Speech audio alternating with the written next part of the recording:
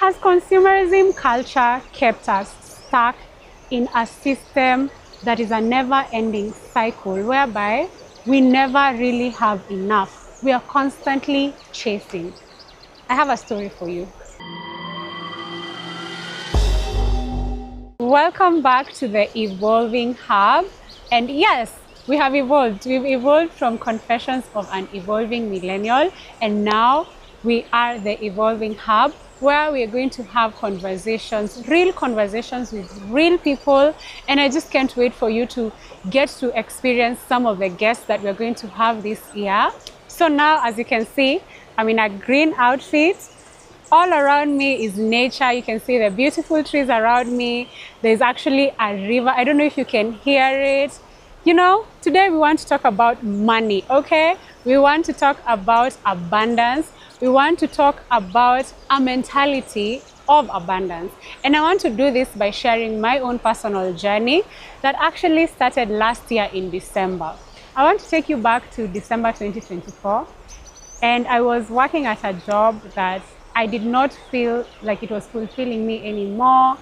I remember actually in December, I had a mini breakdown, like a mental breakdown. I even went for therapy.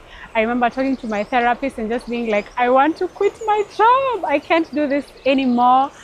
And she's a very nice therapist. I'm sure she didn't know any better. But I remember she was like, by the way, you can't quit your job. You can't quit your job if you don't have something in line, like something that you have planned to go and do.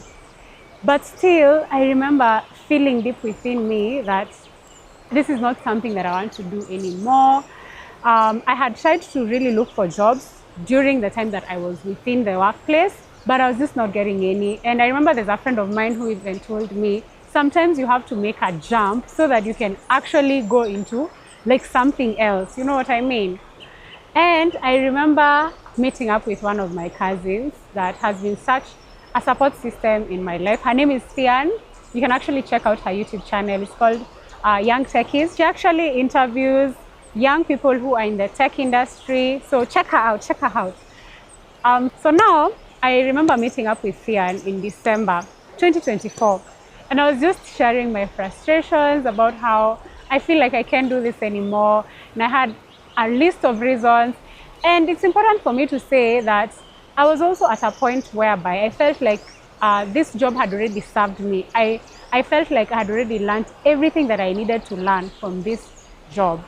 And I was just like, yeah, I'm genuinely done. And I remember she asked me, then why are you staying there? And I was like, you know, I have to pay rent, you know, and all those things, because I didn't have actually a job that was waiting for me. Guys,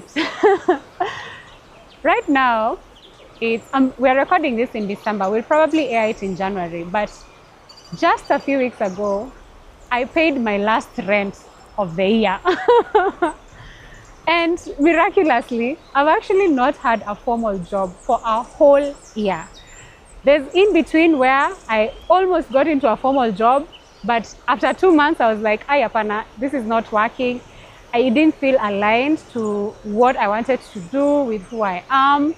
And so I quit that job.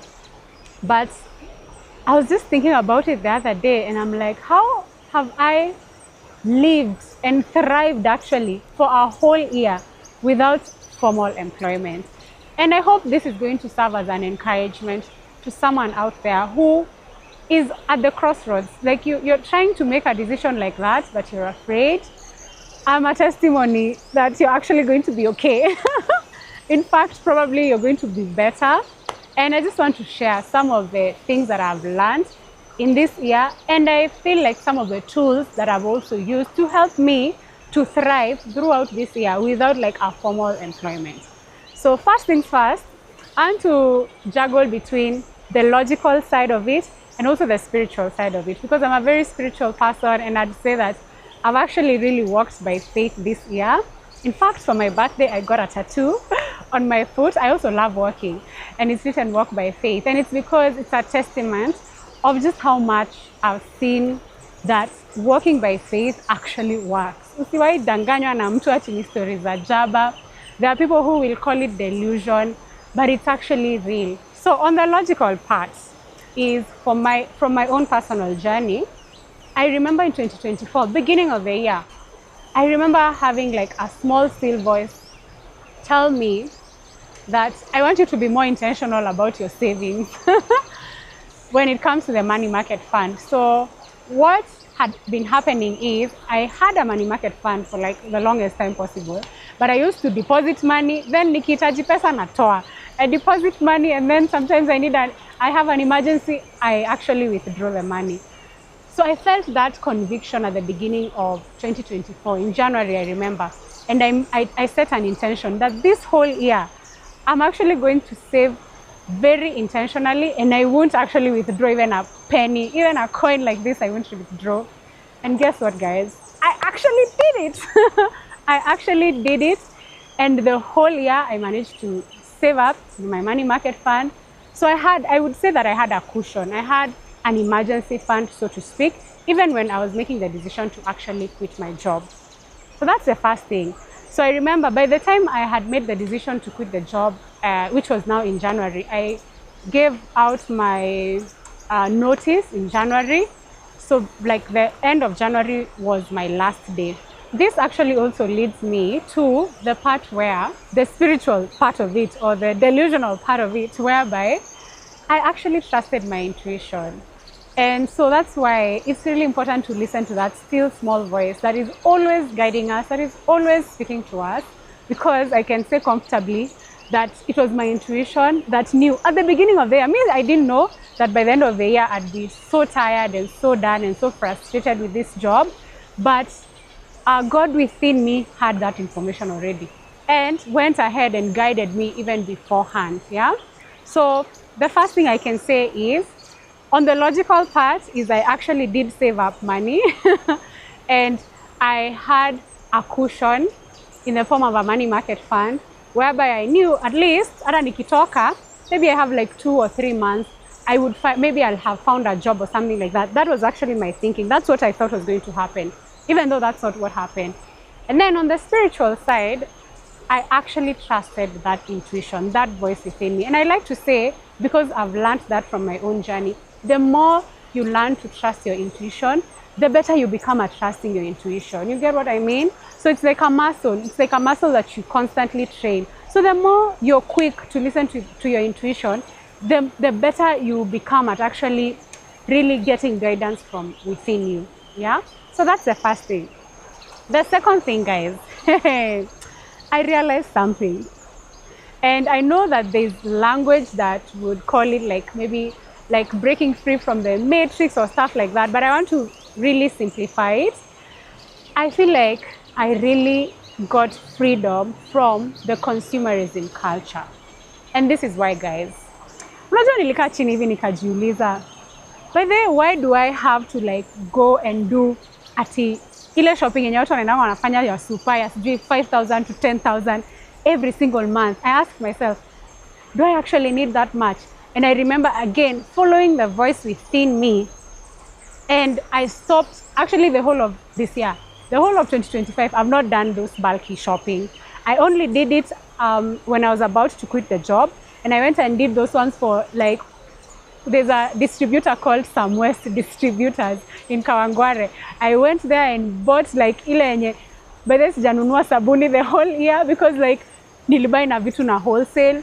Like there are some essentials that I've genuinely not had to buy the whole year. Then nikajiuliza, mbona nanunuanga 10 pack tissue by the way? Kwani nahitaji 10 pack? See, I just need 2 pieces of tissue. The one that I am using and the one that hii ikiisha nitakuwa na tissue. Na unajua tissue ni 40 bob ama 30 bob. So I actually started cutting down on some things that I feel like we've been programmed to just spend money on. Like, I remember another thing that I got from my intuition was, by the way, I don't want to spend so much money on my hair. I'm a girl and I like looking nice, as you can tell. So I remember being like, but this I can lock my hair, because I had been wanting to lock my hair. So I locked my hair. So I've not had to like go to the salon the whole year. Imagine, I've not had to go to the salon the whole year. And then I had this idea of, I go buy a wig, moja tu, hata sitanunua mingi, moja tu yenye itaniserve. And here I am. It's the end of the year and it's still looking good. So it was just like those small tiny things that I remember I started cutting down on. The other thing that I noticed, mi napenda ugali ya kisiagi. I like I don't know how to say that in English. Napenda ugali ya kisiagi. So like for me, I'm so privileged to have a grandmother who, she's a farmer, she usually has maize. Kajuliza, si anatutumanishianga mahindi. So me the whole year, I've actually not had to buy unga ya ugali. Can you see like the small things that you can actually cut down on, but because of programming, you just think, okay, end month imefika, nimepata mshahara, nimeenda super, nimenunua unga, nimenunua tissue 10 pack, nimenunua, you know, and I think maybe my story can be different because my dynamics are a bit different. I'm a single woman, I don't have children, I live by myself. I understand that. But from your own journey, you can be able to check and see what is it that you actually don't need, but you're constantly purchasing. The other thing that I remember doing is I started using, you know how mafuta ya kupika is actually very expensive. I started using tallow. Like instead of buying that mafuta, I started like, you know, go to the butchery, have them cut for you mafuta, just tell them tallow. Then you go and make for yourself, and it's actually very easy, and it's actually healthier, guys. It's actually healthier. So those are some of the small things that I did to kind of like break free from the consumerism culture. Another thing is that I became so good at saying no. Like, for example, if a friend of mine is like, oh, let's do this thing, and I know that it's going to involve me spending money, and I knew the situation that I was in, like, okay, I don't want to finish up my savings. Yes, I have savings, but I don't want to just finish them up before I get something that's going to help me start bringing income in. And so I became better at just saying, oh no, I'm not going to be able to do that, period. But because also nurturing friendships is important, I would offer sometimes an alternative and be like, oh, okay, I might not be able to join you guys for dinner at ABC place, but can we go for a walk at Karura? Can we go for a walk at Jaffrey's? Because I used to live very close to Jaffrey's. Can we go for something that does not involve spending money? So those are the other simple ways that I cut down on my costs. Because at the end of the day, like real friendships do not actually require you to spend money. And I think that's a conversation I want us to have one of these days.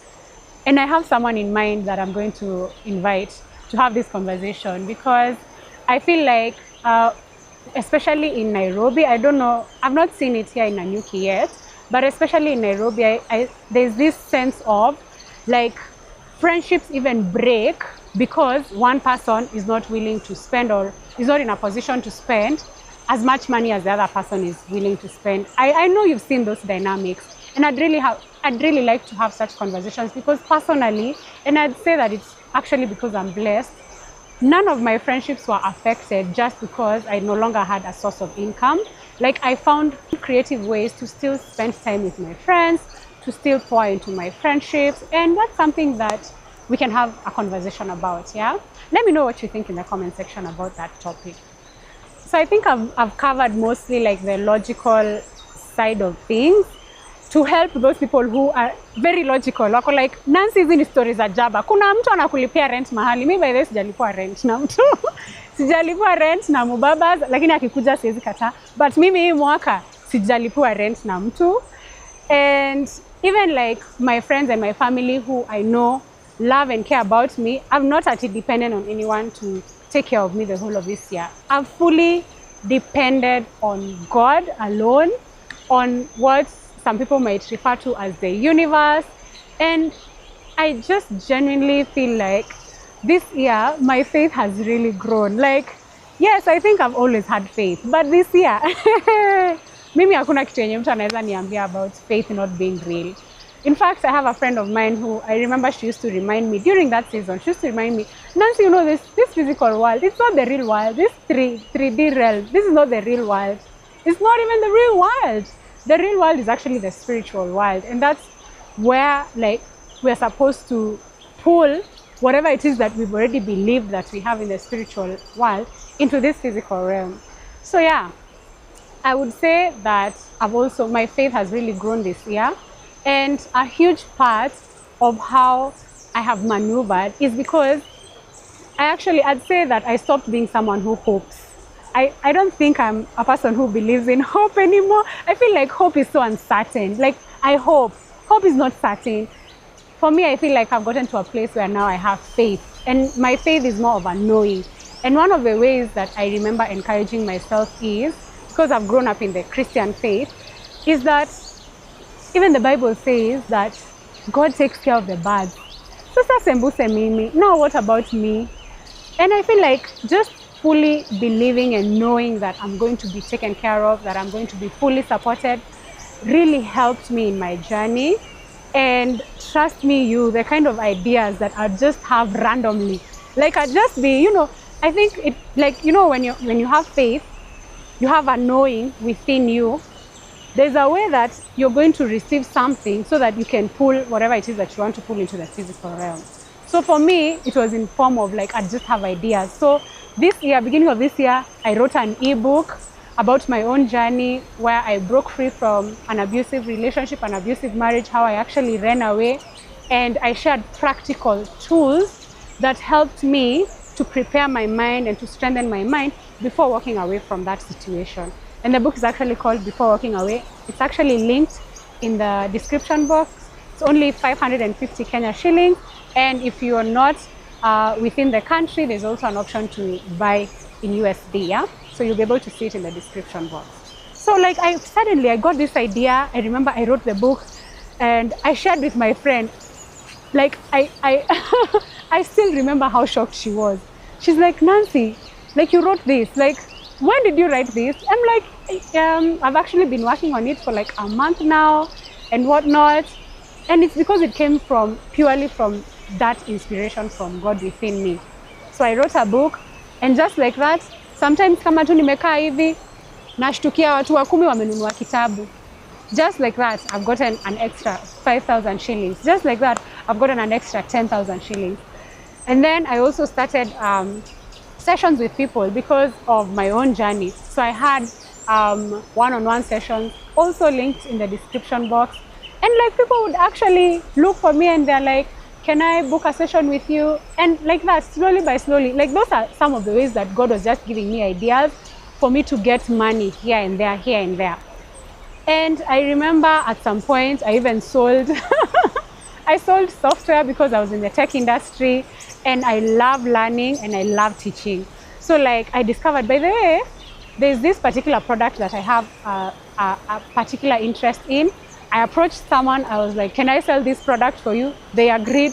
And just like that was another way that nilikuwa napata customers, pesa tunaingia. And all this time, I'm not actually doing a formal job because all of this is like freelancing, kind of like you're not actually reporting to an office anywhere. It's wenda utafute customers, ukipata customers, utapata commission yako. And yeah, just like that, my year just flowed and I've not lacked anything. I've been fully provided for, and I feel like a huge part of it is also from just having faith and believing. I used to affirm myself a lot. I used to affirm and remind myself that me by then nasemanga, me nikiwa na 2 bob. Me, I'll never say I'm broke. Me, I'm rich. I always say I'm rich, I am wealthy, I am abundant, I am provided for, I am fully supported, and all those things. And that's one of the things that really helped me in this journey. Another thing that I had was something called a Delulu diary. Now this one, I remember starting to write on it in 2024. And it was again just following my instinct because I love journaling, and actually by the way, we'll soon have our own gratitude journals that you can purchase. We'll also have a Delulu journal. Let me explain to you how a Delulu diary works. So I remember having this idea of, since I like journaling, like at the end of the day, I'll maybe write how my day was and whatnot. I got this idea, what if I get a journal and write and call it Delulu Diary, whereby I write journal entries in the future, quote unquote, in the future that I am trusting God for. There's a verse in the Bible that talks about when you pray, believe that whatever it is that you prayed for, you have already received. So I told myself, what if I start acting as if I've already received whatever it is that I am praying for. So in that Delulu diary, I would write entries as if Nico in the future. So for example, and I was to come with it, I forgot it. I wanted to read for you something that like literally happened. So I remember like I'd write and be like, oh, today I did ABCD, but I'm saying it like in the future, like not in like the current. I hope you guys get what I mean. I'm sure we are going to explore this topic a bit more. And let me tell you guys, the number of things that I've written in that Delulu diary that have actually become my reality is appalling. Appalling. Yani zingine hata siwezi explain, as in by the siwezi explain, not by the rasta explain, hakuna haja explain, but just practicing some of those things. I know like in the spiritual community, that's also a way that you manifest. It's like you believe that you embody whatever it is that you're believing for as if it's already happening. So basically that's what I was doing in the Delulu diary, and just writing things as if they've already happened, as if they're already my reality. Yeah, so you can also try that, and I can't wait to have our journals for you guys.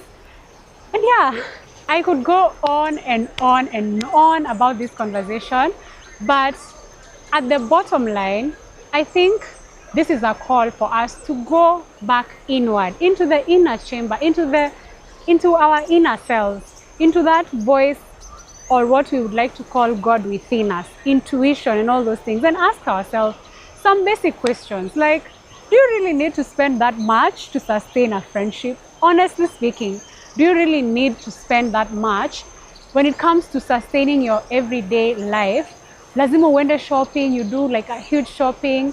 I feel like this journey has really taught me the importance of living a day at a time, like really living a day at a time and not worrying about tomorrow, like focusing on the now. Because there's also a verse in the Bible that says, who by worrying about tomorrow can add a single day to their lives? Because when you think about the consumerism culture, it really pushes the agenda of you're thinking about tomorrow. You're not in the present moment. You're not in the now. So yeah, let's continue this conversation in the comment section.